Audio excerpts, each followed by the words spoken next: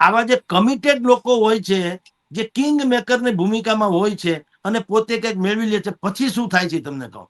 પછી આપણે અહીંયા રોડ નથી, લાઇટ નથી, હોસ્પિટલ નથી, સ્કૂલમાં ટીચર નથી, જર્જરિત બધું ફલાણું છે, 108 ધારી આવતી નથી, કચરાવાળા આવતા નથી, પછી છાતી કૂટે સરકાર અમારું કઈ. પણ તમે સરકારને, તમે આ સમસ્યાને મત જ નથી આપ્યો. તમે મત આપ્યો એ સ્વયં એક સમસ્યા થઈ ગઈ.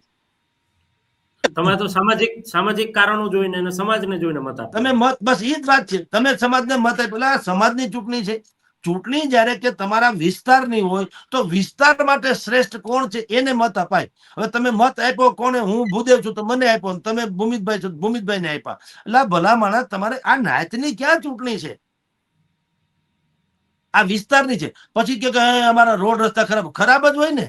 રોડને મત નથી આપ્યો, લાઇટને મત નથી આપ્યો, તમે સ્કૂલને નથી આપ્યો, હેલ્થને નથી આપ્યો, તમે કોઈને મત જ ક્યાં આપ્યા? રોજગારીને, બેરોજગારીને કે મોંઘવારીને તમે મત એને ક્યાં આપ્યા? તમે મત તમારાને આપ્યા તો ભોગવો. એ તો ટેસ્લા કરે, ધારાસભ્ય થઈ ગયા, ટીએડીએ મળવા માંડ્યું અને ફાકા ફોદરી કે મંચ ઉપર આવે. હવે પેલા તમારે દરવાજે આવતા હતા, મત આપો મત આપો. મત મળી ગયો, હવે મંચ સિવાય કઈ મળે નહીં ભાઈ.